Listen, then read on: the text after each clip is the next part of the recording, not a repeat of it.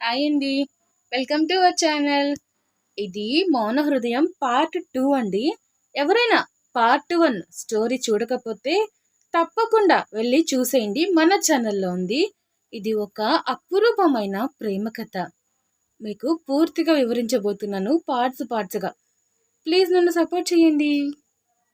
Part 1లో story ఇక్కడ దాకా వచ్చిందండి. ప్రశాంతమైన వాతావరణం చూసి మళ్ళీ బాల్కనీలోకి వచ్చి చూసేసరికి ఒక్కసారిగా నా బాధంతా మళ్ళీ పొంగుకొచ్చింది. ఇక్కడ దాకా వచ్చింది. నెక్స్ట్ స్టోరీలో ఏం జరుగుతుందో చూసేద్దాం, వచ్చేయండి. అలా ఏడ్చి ఏడ్చి తన బాధని దిగమింగుకున్న తర్వాత వచ్చి తన బట్టలు సర్దుకోవడం మొదలుపెట్టింది. ఇంతలో మాధవి మావయ్య గారు గదిలోకి వచ్చారు. అమ్మా మాధురి, నన్ను క్షమించమ్మా. నిన్ను కోడలిగా చేసుకోవాలి అనే కోరికతో నా కొడుకుకి ఇష్టం లేకుండా పెళ్లి చేశాను. కానీ వాడు కూడా ఎప్పటికైనా మారుతాడు అనే నమ్మకం నాకుంది తల్లి. ఓపికతో వాడి మనసు మార్చుకో అని అంటారు.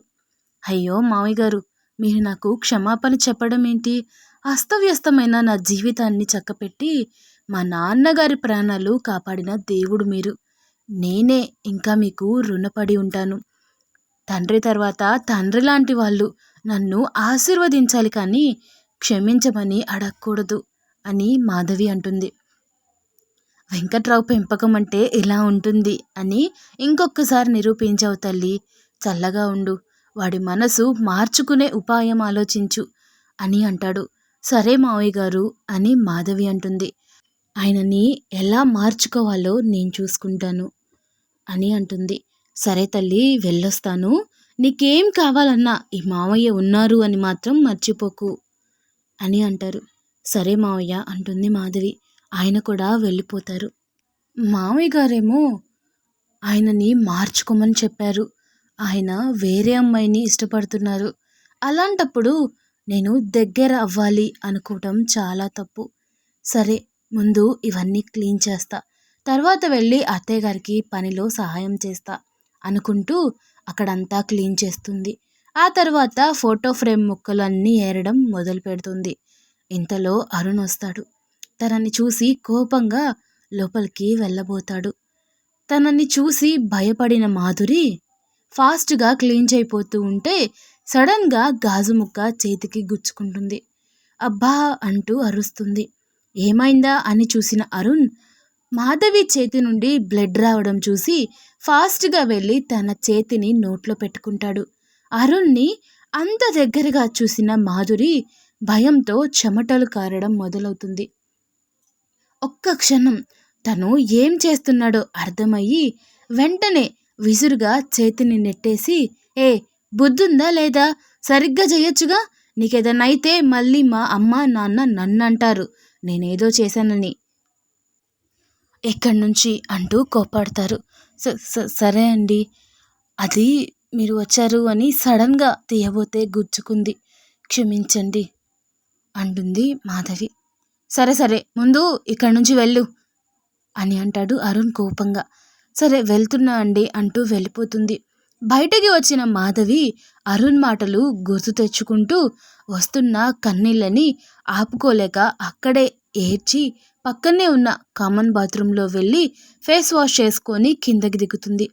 కిచెన్లోకి వెళ్ళి వాళ్ళ అత్తయ్య గారితో, అత్తయ్య ఏమైనా హెల్ప్ చేయనా? అరే మాధురి, ఏంటమ్మా ఇక్కడ? వెళ్ళి అరుణ్కి హెల్ప్ చేయిపో. ఇప్పుడు నువ్వు తనతో ఉండడమే ముఖ్యం. ఇక్కడ పనులన్నీ నేను అలాగే పని వాళ్ళు చూసుకుంటాము. నువ్వు వెళ్ళి అరుణ్ని మాత్రమే చూసుకో అని అంటారు. లేదత్తయ్య గారు, పైన ఉంటే నాకు ఏమీ తోచడం లేదు. ఏదో ఒక పని చేస్తా. ఈరోజు టిఫిన్ నేను రెడీ చేస్తా. ప్లీజ్ అత్తయ్య గారు. సరే అమ్మా, నీ ఇష్టం అని అంటారు. ఏం టిఫిన్ చేయమంటారు? మొదటిసారి అత్తగారింట్లో వంట చేసేటప్పుడు ముందు ఏదైనా స్వీట్ చేయాలి తల్లి. వాడికి క్యారెట్ హల్వా అంటే ప్రాణం. నీకొచ్చా? లేకపోతే నువ్వు చూస్తూ ఉండు, నీకు హెల్ప్ చేస్తాను, చెప్పు అని అడుగుతుంది మాధురి వాళ్ళ అత్తగారు. వచ్చాయండి అత్తయ్య గారు, అందులో నేను ఎక్స్పర్ట్ని. నేను చేశాను అనుకోండి, మా నాన్నగారు వేళ్ళు కూడా నాకేస్తారు. అవునా? అయితే నువ్వే చెయ్యమ్మా. ఒక్కటి చెప్తా విను తల్లి. భర్తని లొంగ తీసుకోవాలి అంటే ఆడదానికి రెండే ఆయుధాలు. ఒకటి వంట చేసి భర్తకి కడుపు నిండా పెట్టడం. అలా చేస్తే భర్తకి మన మీద ప్రేమ ఎక్కువ అవుతుంది. రెండోది పడక. ఈ రెండు మన ఆయుధాలు అవ్వాలి తల్లి. ఏ ఒక్క దాంట్లో లోపమున్నా భర్త మన చెప్పు చేతుల్లో ఉండడు. ఈ విషయం మా అమ్మకి అమ్మమ్మ చెప్పింది. నాకు మా అమ్మ చెప్పింది. నేను నా కూతురికి చెప్పాలి. కానీ కూతురు అయినా కోడలువైనా నువ్వే కదా. ఇప్పుడు నీకు చెప్తున్నా. తనని మంచిగా చూసుకో తల్లి. అలాగే అత్తయ్య గారు అని అంటూ మాధవి నవ్వుతుంది. ముచ్చట్లు ఆడుకుంటూ వంట రెడీ చేసేస్తారు ఇద్దరు. వంటింట్లో వస్తున్న హల్వా వాసనకి అరుణ్ గబగబా కిందకి దిగి, వావ్ మామ్, క్యారెట్ హల్వానా? పెట్టు పెట్టు, ఫాస్ట్గా ఆకలేస్తుంది అని అంటాడు. వస్తున్నా, ఇదిగో తిను అంటూ అరుణ్ గారికి గిన్నెలో పెట్టి ఇస్తుంది మాధవి అత్తగారు మాధురి. ఆ క్యారెట్ హల్వాని తిన్న అరుణ్, వావ్ మామ్, సూపర్గా ఉంది, ఎవరు చేశారు అని అడుగుతాడు.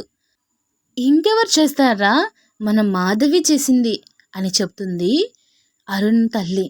తను చేసింది అనగానే అరుణ్ ఫేస్లో ఆ హ్యాపీనెస్ లేకుండా పోయింది. ఓహో అలాగా అని చెప్పి, సరే మమ్మీ, నేను పైకి వెళ్ళి తింటాను, కొంచెం వర్క్ ఉంది అని చెప్పి పైకి వెళ్ళడానికి రెడీ అవుతాడు. సరే నాన్న, కొంతసేపు ఆగి నువ్వు మాధవి ఇద్దరు భోజనానికి వచ్చేయండి అని అంటుంది మాధురి గారు. సరే అమ్మా అంటూ ఆయన పైకి వెళ్ళిపోయారు. అత్తయ్య గారేమో నన్ను కూడా వెళ్ళమని బలవంతం చేశారు. ఇక తప్పక నేను కూడా వెళ్ళాను. రూమ్లోకి వెళ్ళగానే ఆ స్వీట్ని నాకు ఇచ్చేశారు తినకుండా. చూడు, ఇలాంటి పనులు చేసి నాకు దగ్గరవ్వాలని చూడకు. నువ్వు ఎన్ని నాటకాలాడినా నా మనసులోకి స్థానం ఎప్పటికీ సంపాదించలేవు అని అంటాడు. ఇదేనండి ఈరోజు స్టోరీ. పార్ట్ 3 కోసం ఇప్పుడే మన ఛానల్ని సబ్స్క్రైబ్ చేసుకోండి. అలాగే ఈ వీడియో కనుక మీకు నచ్చినట్లయితే ప్లీజ్ ఒక చిన్న లైక్ ఇవ్వండి. మీరు కొట్టే ఒక్క లైక్ నా వీడియోని ఇంకో 10 మందికి రీచ్ అయ్యేలా చేస్తుంది. మీరు పెట్టే ప్రతి కామెంట్ మీ మనసుకి ఈ స్టోరీ ఎలా అనిపించిందో నాకు తెలిసేలా చేస్తుంది. అలాగే అర్జున్ మాధవిని ప్రేమిస్తాడా లేదా అనేది కామెంట్ తప్పకుండా చేయండి. Thanks for watching.